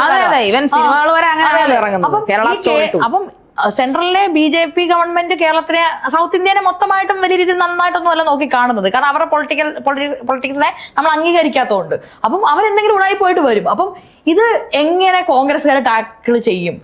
കമ്മ്യൂണിസ്റ്റുകാർ ടാക്കിൾ ചെയ്യുന്നുള്ള ഒരു പ്രതീതി ഉണ്ടാക്കിയിട്ട് അവരുടെ കൂടെ നിൽക്കും. അതാണ് സംഭവം. അപ്പം കോൺഗ്രസ്സുകാർക്ക് ഇതെങ്ങനെ ഇതിനെ ടാക്കിൾ ചെയ്യാൻ പറ്റും? പിന്നെ കോൺഗ്രസ്സുകാർ ചെയ്ത ഒരു വൃത്തികെട്ട ഒരു പരിപാടി എന്ന് പറഞ്ഞാൽ CK ജാനു മാഡത്തിനും സണ്ണി എം കബിക്കാട് സാറിനും സീറ്റ് കൊടുത്തില്ല. അവരെന്ന് പറയുമ്പോൾ അവര് ദളിത് റെപ്രസെന്റേഷൻ അല്ല, അവർ അത്രയും കാലം വർക്ക് ചെയ്തിട്ടിരിക്കുന്ന ആൾക്കാരാ. അപ്പൊ അവർക്ക് സീറ്റ് കൊടുക്കാന്ന് എന്തുകൊണ്ടായിരിക്കും കോൺഗ്രസ് കൊടുക്കാതെ? കോൺഗ്രസ് റൺ ചെയ്യുന്നത് NSSകാരാണ്, നായർ സർവീസ് സൊസൈറ്റി ആൾക്കാരാണ്, രമേശ് ചെന്നിത്തലയും. അപ്പം ഇവിടെ എന്ന് പറഞ്ഞാൽ കാസ്റ്റ് ഹൈറാർക്കി ഇല്ലെന്ന് പറഞ്ഞാൽ ഇവിടെ കാസ്റ്റ് ഉണ്ട്. ഇവിടുത്തെ പൊളിറ്റിക്സും എല്ലാം ഡിസൈഡ് ചെയ്യുന്ന കാസ്റ്റിന്റെ vote bank. Nair service society ഒരു വോട്ട് ബാങ്ക് ആണ്, SNDPക്കാർ ഒരു വോട്ട് ബാങ്ക് ആണ്. പക്ഷെ അതേപോലെ ദളിതർ ഒരു വോട്ട് ബാങ്ക് അല്ല. അവർക്കറിയാം ദളിതർ കറക്റ്റ് ആയിട്ട് ഇനി ആൾക്കാർക്ക് വോട്ട് ചെയ്യത്തുള്ളൂ. ദളിതുകൾ ഒത്തുചേർന്ന ഒരു സംഭവമായിട്ടില്ല, ഒരു പൊളിറ്റിക്കൽ ഓർഗനൈസേഷനോ ഒന്നും ആയിട്ടില്ല. അതാണ് ഇവിടുത്തെ പ്രശ്നം. ഇവിടെ അപ്പർ കാസ്റ്റുള്ള ആൾക്കാർ എല്ലാം ഒത്തുചേർന്ന് NSS ഉണ്ടായിട്ടുണ്ട്, ഈഴവരുടെ പല കമ്മ്യൂണിറ്റികളും ഒത്തുചേർന്ന് SNDP ആയിട്ടുണ്ട്. അതേപോലെ ഒരു ദളിത് മുന്നണി ഉണ്ടായി വന്നിട്ടില്ല. അതുകൊണ്ട് തന്നെ ദളിതർക്ക് ഇത് കൊടുക്കേണ്ട ആവശ്യമില്ല. പക്ഷെ സണ്ണി എം കബിക്കാട് സാറിനും CK ജാനുവിനും മാഡത്തിനും വോട്ട്, അതായത് കാൻഡിഡേറ്റ് ആയി നിർത്തുമായിരുന്നെങ്കിൽ ഈ കോൺഗ്രസിന്റെ മൊത്തമായിട്ടുള്ള ഒരു പ്രതിച്ഛായ തന്നെ നമ്മുടെ മുന്നിൽ മാറിയ ഒത്തിരി ഒരു ഹൈറ്റിൽ കിട്ടുമായിരുന്നു. കാരണം ഒരു ചരിത്രം അവിടെ വഴിമാറി. അതിനുള്ള ധൈര്യം അവർക്കില്ല. ബിക്കോസ് ധൈര്യമില്ലാത്തത് അവരുടെ പാർട്ടി തന്നെ ഉണ്ട്. കണ്ടോ, ഒരു സീറ്റ് വിട്ടുകൊടുക്കാനോ അല്ലെങ്കിൽ ധൈര്യപൂർവ്വം പാർട്ടിയെ ഒരുമിച്ച് നിർത്തിക്കൊണ്ട് കേരളം ഭരിക്കണമെന്നോ കേരളം നന്നാക്കണമെന്നോ ആഗ്രഹം ഉണ്ടായിരുന്നെങ്കിൽ ഒരിക്കലും കോൺഗ്രസ് ഇങ്ങനെ ആകുമായിരുന്നില്ല. നമ്മൾ പ്രതീക്ഷയായിരുന്ന മറ്റേ അങ്ങേരുടെ പേരെന്താ, മറ്റേ നമ്മുടെ ലൈംഗിക പീഡന കേസിലകത്ത് പോയ നമ്മുടെ രാഹുൽ മാങ്കൂട്ടത്തിൽ. സത്യം പറഞ്ഞാൽ ഞാനും അദ്ദേഹത്തിന് ഇഷ്ടമായിരുന്നു എനിക്ക്. കാരണം എന്ന് വെച്ച് കഴിഞ്ഞാൽ ഈ അഴിമതികളൊക്കെ, ഈ ആരോപണങ്ങൾ കേൾക്കുന്നതിന് മുൻപ് തന്നെ ഒരിക്കലും പ്രതീക്ഷിച്ചിരുന്നില്ല. അപ്പോൾ നമുക്ക് യുവത്വത്തിൽ പ്രതീക്ഷ ഉണ്ടായിരുന്നു. അപ്പോൾ അതുമൊക്കെ പോയി. ഇനിയിപ്പോൾ ആരാണ് സ്ഥാനാർത്ഥിയായിട്ടുള്ളതെന്നൊരു ചിന്തയായിപ്പോയി. പിന്നെ എന്താണ് ശ്രീലക്ഷ്മിയുടെ അഭിപ്രായത്തിൽ ആര് വരുമെന്നാണ് ചിന്തിക്കുന്നത്? അതിനെക്കുറിച്ച് ആ ചോദ്യത്തിന് മറുപടി പറഞ്ഞു. ഇപ്പൊ എന്തായാലും ഇനി LDF വരത്തുള്ളൂ. ആണോ? LDF വരത്തുള്ളൂ എന്നാണ് എനിക്ക് ഇപ്പോഴത്തെ ഒരു നിലവിലത്തെ അവസ്ഥ വെച്ച് നോക്കുമ്പോൾ LDF വരുള്ളൂ എന്നാണ് എനിക്ക് ഒരു 99% ഷുവർ. കാരണം അവരുടെ PR വർക്ക് ഭയങ്കര PR ആണ്. ആ PR പിടിക്കുന്ന മനുഷ്യന്മാരുടെ കോർ ഇമോഷൻ ബിഗ് ബോസിനെക്കാളും മാരക PR ആണ്. ബിഗ് ബോസിന് വലിയ PR ഉള്ളതായിട്ട് ബിഗ് ബോസിൽ ആൾക്കാർ പോകുന്നതല്ലേ. ഞാൻ അപ്പം ബിഗ് ബോസ് എന്ന് പറയുമ്പോൾ അത് ചെറിയൊരു PR ആണ്. ഇത് വലിയ അതായത് ഇത്രയും നല്ല രീതി ഞാൻ ട്രാവൽ ചെയ്യുമ്പോഴത്തേക്ക് ഓരോ മുക്കിനും മൂലയ്ക്കും നമ്മുടെ മുഖ്യന്റെ പടം. അതിന്റെ ടാഗ് ലൈൻ ആണ് ഗംഭീരം. നിങ്ങൾക്ക് ഞങ്ങളല്ലാതെ ആരാണ് വീട് വെച്ച് തരാനുള്ളത്? എത്ര പേർക്കാണ് വീട് വെച്ച് കൊടുത്തത്? മറ്റാരുണ്ട് LDF അല്ലാതെ ഈ ഗ്രാൻസ് മുടക്കാൻ, പിള്ളേരെ വായിച്ചെടുത്ത് കാറ് അങ്ങനെയൊക്കെ നമുക്ക് തിരിച്ചു ചോദിക്കാൻ വേണ്ടി മോഹൻലാല് 15 ലക്ഷം രൂപ. മറ്റാരുണ്ട് LDF അല്ലാതെ അയ്യപ്പ സംഗമം നടത്താൻ? അതെ, മറ്റാരുണ്ട് 15 ലക്ഷം കൊടുത്ത് ലാലേട്ടനെ കൊണ്ടുവരാൻ മറ്റാരുണ്ട്? മറ്റാരുണ്ട് LDF അല്ലാതെ ശബരിമലയിലെ സ്ത്രീ പ്രവേശനത്തെ എതിർക്കാൻ? ഇതൊക്കെ അതായത് ഇവരുടെ പൊളിറ്റിക്സുമായിട്ട് നേരെ ഓപ്പോസിറ്റ് ആയിട്ടുള്ള കാര്യങ്ങൾ. അതായത് RSSന്റെ പൊളിറ്റിക്സ് ആണ് ഇവിടെ നടപ്പിലാക്കിക്കൊണ്ടിരിക്കുന്നത്. അതൊരു വലിയ രീതിയിലുള്ള പ്രശ്നമാണ്. ഞാനൊക്കെ ഇടതുപക്ഷ ഫാമിലിയിൽ നിന്നാണ് വരുന്നത്. അതുകൊണ്ട് നമുക്ക് സങ്കടമാണ്. കാരണം നമ്മൾ വിശ്വസിച്ച ഒരു പ്രസ്ഥാനം എന്ന് പറയുമ്പോൾ ഇങ്ങനെ വഴിതെറ്റി നശിച്ച് RSSന്റെ വർഗീയ വഴികളിലൂടെ പോകുമ്പോൾ വിഷമം കാരണമാണ് പറയുന്നത്. അല്ലാതെ ഇടതുപക്ഷത്തോട് ദേഷ്യം ഉള്ളത് കൊണ്ടല്ല. പക്ഷെ ഇനി അവരേ വരത്തുള്ളൂ. അവര് വരും, കൂടുതൽ BJPക്ക് വളരാനുള്ള ഒരു മണ്ണായിട്ട് മാറും. എങ്ങനെയാണോ ആര്യ രാജേന്ദ്രൻ സീറ്റ് ഉപയോഗിച്ച് BJPക്ക് തിരുവനന്തപുരം കോർപ്പറേഷൻ വിറ്റത്, അതേപോലെ തന്നെ നമ്മുടെ കേരളത്തെയും ഈ CPMന്റെ ഭരണം ഒരു 5 കൊല്ലത്തോടെ കിട്ടുമ്പോഴത്തേക്കും ഒരുപാട് നേതാക്കൾ ഇനി BJPയിലേക്ക് പോകും. ഒരുപാട് പോകുന്നുണ്ടല്ലോ, ഇപ്പോഴും പോകുന്നുണ്ട്. പക്ഷെ ഇനിയുള്ള 5 കൊല്ലത്തിൽ ഒരുപാട് കോൺഗ്രസിൽ നിന്നും ഇപ്പൊ കോൺഗ്രസിൽ നിന്ന് BJP അപ്പൊ ഒരു വികസനം ചെയ്യുന്നില്ലെന്നാണോ പിന്നെ ശ്രീലക്ഷ്മിയുടെ അഭിപ്രായം? BJP വികസനം ചെയ്യുന്നുണ്ടോ ഇല്ലയോ ഉള്ളതല്ല. അതായത് അവരെന്ന് പറഞ്ഞിട്ടുണ്ടെങ്കിൽ വർഗീയത ഭയങ്കരമായിട്ടുള്ള, അതായത് കോൺസ്റ്റിറ്റ്യൂഷൻ എന്ന് പറയുന്ന ഒരു സംഭവമാണ് നമ്മുടെ ഇന്ത്യയിലെ എല്ലാ ജനങ്ങളെയും ഒരുമിച്ച് നിർത്തുന്നത്. അതായത് ഒരു യൂണിറ്റി ഇൻ ഡൈവേഴ്സിറ്റി, ഒരുപാട് കൾച്ചറും എല്ലാം ഉള്ള ഒരു നാടാണ് നമ്മുടേത്. അപ്പൊ അവിടുത്തെ കൾച്ചർ, അതായത് ഒരു കൾച്ചറിനെ മാത്രം ഉയർത്തിക്കൊണ്ട് വരിക, ബാക്കിയുള്ള ആൾക്കാരെ ഡിസ്റെസ്പെക്ട് ചെയ്യുക, ഇസ്ലാമോഫോബിയ പടർത്തുക, വീടുകൾ തകർക്കുക. അപ്പം മാത്രമല്ല ഇതുപോലെ ഈ സാധനങ്ങളുടെ വിലവർധന എന്ന് പറയുന്നത്, അതായത് ക്രൂഡ് ഓയിലിന്റെ വില കുറയുമ്പോഴും ഇവിടെ വില കൂട്ടിക്കൊണ്ടിരിക്കുകയാണ്. അതുപോലെ നമ്മുടെ രാജ്യത്തെ എല്ലാ പൊതുമേഖലാ സ്ഥാപനങ്ങളും BSNL അതുപോലുള്ള പൊതുമേഖലാ സ്ഥാപനങ്ങളെല്ലാം ഇടിഞ്ഞു വീണു. എന്നിട്ട് എല്ലാം കോർപ്പറേറ്റുകൾക്ക് വിറ്റു. അത് ഭയങ്കര ഒരു മോശം. അതെല്ലാം ഈ മോദി ഭരണത്തിന്റെ ഈ ഒരു ശേഷം വന്ന ഒരു കാര്യമാണ്. അത് നമ്മുടെ ഇപ്പോഴത്തെ ഭരണത്തിന്റെ റിസൾട്ട് എപ്പോഴാണ്, അത് സ്വന്തമായിട്ട് ഇത് എവിടെ ഞാൻ വായിച്ചല്ലോ, ഞാൻ സ്വന്തമായിട്ടൊന്ന് അനലൈസ് ചെയ്തതാണ്. ഞാനിപ്പോൾ പഠിക്കുന്നതിന്റെ റിസൾട്ട് ഒരു 5 കൊല്ലം കഴിഞ്ഞിട്ട് എനിക്ക് കിട്ടുന്നത്. അതേപോലെ ഇപ്പോഴുള്ള ഭരണത്തിന്റെ റിസൾട്ട് നമുക്ക് ഇപ്പോഴല്ല കിട്ടുന്നത്, ഒരു 5 കൊല്ലം കഴിഞ്ഞേ കിട്ടത്തുള്ളൂ. അപ്പൊ ഞാൻ വിശ്വസിക്കുന്നത് പറഞ്ഞാൽ നമ്മൾ ഇത്രയും കാലം ഒരു പ്രശ്നമില്ലാതെ പോയത് ഇതിനു മുമ്പ് വന്ന പിന്നെ മൻമോഹൻ സിംഗിന്റെ ഗവർണൻസിന്റെ ആ ഒരു അവർ വിശാലമായിട്ട് ചിന്തിച്ചിട്ടുണ്ട്. അവര് നോളജ് എക്കണോമിയെ പറ്റി പറഞ്ഞിട്ടുണ്ട്. അതായത് മനുഷ്യന്മാരുടെ നോളജ് എങ്ങനെ അത് എക്കണോമിയായി മാറ്റണം എന്നുള്ളത്. അതായത് അവർ ഇൻവെസ്റ്റ് ചെയ്തത് സയന്റിഫിക് ടെമ്പറിലും ഒക്കെയാണ്. പക്ഷെ അത് ആ ഒരു അത്രയും ഇൻവെസ്റ്റ്മെന്റ് ആണ് നമ്മൾ ഇത്രയും കാലം സഹായിച്ചത്. പക്ഷെ ഇനിയുള്ളത് നമ്മളെ അങ്ങനെ സഹായിക്കില്ല. കാരണം ഈ BJP ഗവൺമെന്റ് ഇൻവെസ്റ്റ് ചെയ്യുന്നത് പ്രതിമകളിലും അതുപോലെ അമ്പലങ്ങൾ പണിയാനും പുതിയ പാർലമെന്റ് ഇൻഫ്രാസ്ട്രക്ചർ ഒരുപാട് ഡെവലപ്പ് ആയില്ലേ, ഒരുപാട് നാടുകളിൽ ഒരുപാട് കാലങ്ങൾ ഒരുപാട് മാറ്റങ്ങൾ ഇന്ത്യക്ക് സംഭവിച്ചില്ലേ. ഇതൊക്കെ അത് കാലം മാറുന്നതിനനുസരിച്ച് കുറച്ചൊക്കെ ഓട്ടോമാറ്റിക് ആയിട്ട് മാറും. പിന്നെ നമ്മുടെ കയ്യിൽ നിന്ന് ടാക്സ് എടുത്തിട്ടാണ് ഈ ടാക്സ് എടുക്കുന്ന പൈസയാണ്, അതിൽ കുറച്ചൊക്കെ ഡെവലപ്മെന്റ് ചെയ്തേ എന്തായാലും മതിയാവുള്ളൂ. പിന്നെ ഇപ്പൊ നമ്മുടെ ഒരു ഫെഡറൽ സിസ്റ്റമാണ്. അതുകൊണ്ട് തന്നെ സെൻട്രൽ ഗവൺമെന്റ് സ്റ്റേറ്റ് ഗവൺമെന്റും കൂടി ചേർന്ന് നടത്തുന്ന സിസ്റ്റമാണ് പലതും. അപ്പോൾ അതുകൊണ്ട് തന്നെ സ്റ്റേറ്റ് ഗവൺമെന്റ് ആവശ്യപ്പെടുമ്പോൾ സെൻട്രലിന് പൈസ കൊടുക്കാതിരിക്കാൻ വേണ്ടി പറ്റത്തില്ല, ഫണ്ട് അലോക്കേറ്റ് ചെയ്ത് കൊടുക്കണം.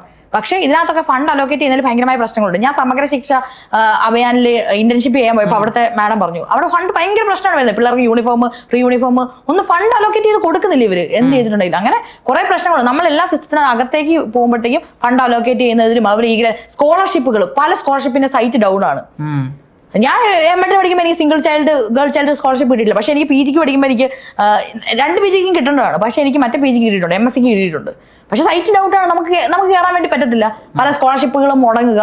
അങ്ങനെ പിള്ളേർ അതുപോലെ എല്ലാ എന്താ പറയുക വിദ്യാഭ്യാസ കാര്യങ്ങളിലും എല്ലാം ഫുൾ ഈ 4 വർഷ ഡിഗ്രി പ്രോഗ്രാം എന്ന് പറയുന്നതും അതുപോലെ ഇപ്പൊ ഉണ്ടാക്കിയിരിക്കുന്ന ന്യൂ എഡ്യൂക്കേഷൻ പോളിസി, അത് അങ്ങനെ ഒരുപാട് കാര്യങ്ങളിൽ ഈ സംഘപരിവാറിന്റെ ആശയങ്ങൾ ഇതിനകത്ത് കൊണ്ടുവന്ന് ഭയങ്കര പ്രശ്നമാണ്. അത് ഇപ്പോഴല്ല നമ്മൾ അനുഭവിക്കാൻ പോകുന്നത്, കുറച്ച് കാലം കൂടെ. അതുപോലെ നോട്ട് നിരോധനം എല്ലാം കൂടെ ഇനി കുറച്ചു കാലം കഴിയുമ്പോഴത്തേക്ക് ഇത് നല്ല രീതിയിൽ നമ്മളെ അഫക്ട് ചെയ്യും. അതുപോലെ ഒരു യുദ്ധമൊക്കെ നടക്കുമ്പോൾ ഭയങ്കര സ്ട്രാറ്റജിക് ആയിട്ട് വേണം ഇടപെടാൻ വേണ്ടിയിട്ട്. പക്ഷെ പെട്ടെന്ന് പോയി ഇസ്രായേലിൽ പോയിട്ട് അവിടെ നെതന്യാഹുവിന്റെ അടുത്ത് പോകുക, അങ്ങനത്തെ സ്ട്രാറ്റജിക് ആയിട്ട് ഇടപെടാനൊന്നും നമ്മളുടെ ശരിക്കും മോദി എന്ന് പറയുന്നത് വിദേശ രാജ്യങ്ങളിൽ ഒരു പരിഹാസ കഥാപാത്രമാണ്. എത്ര ട്രോളുകളൊക്കെയാണ് വരുന്നത്. അപ്പം ഇവിടെയുള്ള ആൾക്കാർ മാത്രം ചുമ്മാ അയ്യോ വിശ്വഗുരു അത് എന്നൊക്കെ പറഞ്ഞിങ്ങനെ നടക്കുന്നുള്ളൂ. ശരിക്കും ഗുജറാത്തിലും പൊതുവിൽ പറയുന്നത് ഇന്ത്യ അറിയപ്പെടുന്നത് മോദിയുടെ പേരിലാണല്ലോ, അങ്ങനെയാണല്ലോ. അതിപ്പോ നമ്മളുടെ ഇപ്പൊ മോദിയുടെ പേരിലൊന്നല്ല ഇന്ത്യ അറിയപ്പെടുന്നത്, അതൊക്കെ ചുമ്മാ പറയുന്നത്. ഏറ്റവും പവർഫുൾ ആയിട്ടുള്ള പ്രൈം മിനിസ്റ്റർ, ഏറ്റവും പവർഫുൾ ആയിട്ടുള്ള പ്രൈം മിനിസ്റ്റർ ഒന്നുമല്ല. ചുമ്മാ അങ്ങനെ ആരെങ്കിലും പറയോ? പിന്നെ അതൊക്കെ ഇവിടുത്തെ ലോക്കൽ സംഖ്യകളൊക്കെ പറയുന്നതല്ലേ, ലോക്കൽ ആൾക്കാർ പറയുന്നതല്ലേ. മോദിയുടെ കീഴിലുള്ള ഇന്ത്യ പവർഫുൾ ആണെങ്കിൽ ഇന്ത്യയുടെ GDP ഒക്കെ ഭയങ്കരമായിട്ടുള്ള രീതി വർദ്ധിക്കുകയൊക്കെ വേണം. ഇവിടെ ഒന്നും ഇല്ലല്ലോ, ഇവിടെ തൊഴിലില്ലായ്മയല്ലേ. നിങ്ങൾ ഈ നീറ്റ് എല്ലാ പരീക്ഷയിലും ക്രമക്കേടാ. ഞാൻ നെറ്റ് എക്സാം എഴുതാൻ പോയി, നെറ്റ് എക്സാം ക്യാൻസൽ ചെയ്തു. എല്ലാ നീറ്റ് എക്സാമിൽ പ്രശ്നം. എല്ലാം ഫിസിക്സ് വാല എന്നൊരു യൂട്യൂബ് ചാനലുണ്ട്, ഭയങ്കരമാണ്. അലക് പാണ്ഡെ എന്നൊരു സാർ നടത്തുന്നത്. അവരൊക്കെ എന്തോരം വലിയ ആരോപണങ്ങൾ ഉന്നയിക്കുന്നത്. എല്ലാ എക്സാമിനേഷനകത്തും ക്രമക്കേട്, പഠിച്ച ആൾക്കാർക്ക് ജോലിയില്ല, ഭയങ്കരമായിട്ട് തൊഴിലില്ലായ്മ. ഈ പെട്രോളിന്റെ വില എന്ന് പറഞ്ഞാൽ അത് ചുമ്മാ ഒരു കാര്യമില്ല, അത് നമ്മുടെ ജീവിതത്തെ താറുമാറാക്കുന്ന കാര്യമാണ്. പെട്രോളിന്റെ വിലയാണ് എല്ലാ കാര്യത്തെയും ഡിസൈഡ് ചെയ്യുന്ന കാര്യം തന്നെ. തക്കാളിയുടെ വില, നമ്മുടെ അടുക്കള, അതുപോലെ അങ്ങനെ എല്ലാ കാര്യങ്ങളും. നമ്മുടെ നാട്ടില് BJP ഭരണം കേരളത്തിൽ വരുമെന്ന് പേടിക്കുന്നുണ്ടോ? കേരളത്തിൽ BJP എന്തായാലും ഭരണത്തിൽ വരും ഉറപ്പായിട്ടും വരും.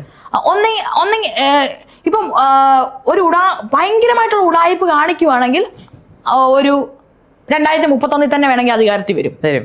അല്ലെങ്കിൽ ഒരു 10-15 കൊല്ലത്തിനുള്ളിൽ എന്തായാലും എന്റെ ഒരു വിഷൻ അനുസരിച്ച് വരും. കാരണം എല്ലാ സിസ്റ്റങ്ങളും അവരുടെ കൂടെയാണ്. വോട്ട് ചോരിയുണ്ട്, അതുപോലെ ഒത്തിരി ഇപ്പം നമ്മുടെ വോട്ടർ പട്ടികയിൽ നിന്ന് പുറത്താവുന്നുണ്ട്.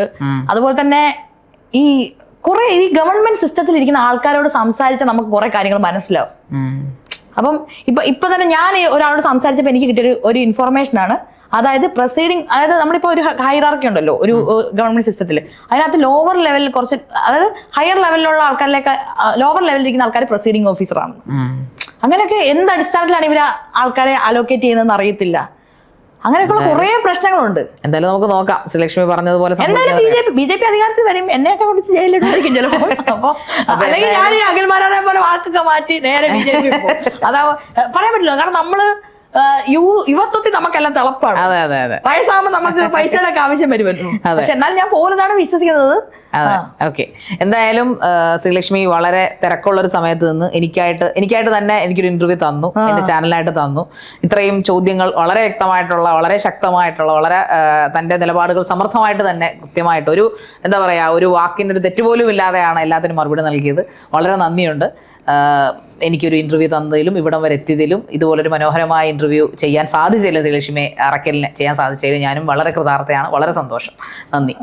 അത് എനിക്ക് വ്യത്യാസം, അതായത് ഈ ഒരു ഇന്റർവ്യൂ എനിക്ക് ഭയങ്കര വ്യത്യാസമുണ്ട് കേട്ടോ. അത് എടുക്കാമല്ലോ. അതായത് എന്ന് പറഞ്ഞാൽ നമ്മൾ ആണുങ്ങള് ഇന്റർവ്യൂ ചെയ്യുമ്പോഴും പെണ്ണുങ്ങൾ ഇന്റർവ്യൂ ചെയ്യുമ്പോഴും ഭയങ്കര വ്യത്യാസമുണ്ട്. കാരണം നല്ല, അതായത് നമുക്കൊരു എന്താ പറയാ, ഒരു റാപ്പുണ്ട്. അതായത് മറ്റേ ആൾക്കാർ കിട്ടാൻ വേണ്ടി ഇങ്ങനെ ചോദ്യങ്ങൾ ചോദിക്കും, നമ്മളെ വഴി തെറ്റിച്ച്. പക്ഷെ ഇതങ്ങനെയല്ലോ, ഇത് കുറച്ചുകൂടെ എനിക്ക് തോന്നുന്നു ഒന്നാമത് ഒരു ഇൻഡിപെൻഡന്റ് ചാനലാണ്, ആരുടെ ഇൻഫ്ലുവൻസ് ഇല്ല. രണ്ടാമത്തെ കാരണം എന്ന് പറയുമ്പോൾ എന്തായാലും സ്ത്രീകളെ കുറച്ചുകൂടെ മനസ്സിലാക്കും. അതൊരു എനിക്ക് ഒരു ഗസ്റ്റ് നെയിം ഞാൻ കൊണ്ടുവരുന്ന ഒരു ഗസ്റ്റ് നെയിം എനിക്ക് വളച്ചൊടിക്കണം താല്പര്യമില്ല. കാരണം ഞാനൊരു ഫീൽഡിൽ വർക്ക് ചെയ്ത ഒരാളാണ്. എനിക്കറിയാം ഒരാളെ എങ്ങനെയാണ് തേജോവധം ചെയ്യുക എന്നുള്ളത്. എനിക്ക് നന്നായിട്ട് അറിയാം ഫ്രെയിം ചെയ്ത്. അതിന്റെ ആവശ്യകത ഇല്ല റിയാലിറ്റി ബേസ് ആയിരിക്കും തോന്നിയോണ്ടാണ് ശ്രീലക്ഷ്മി അറക്കലിനെ ഞാൻ ഇതിനകത്തോട്ട് ക്ഷണിച്ചത്. എനിക്കറിയാമായിരുന്നു എന്റെ ചോദ്യങ്ങൾക്ക് താങ്കൾ സത്യസന്ധമായിട്ടുള്ള മറുപടി തരുമെന്ന്. അപ്പൊ എനിക്ക് വളരെ സന്തോഷം. Thank you so much. Okay.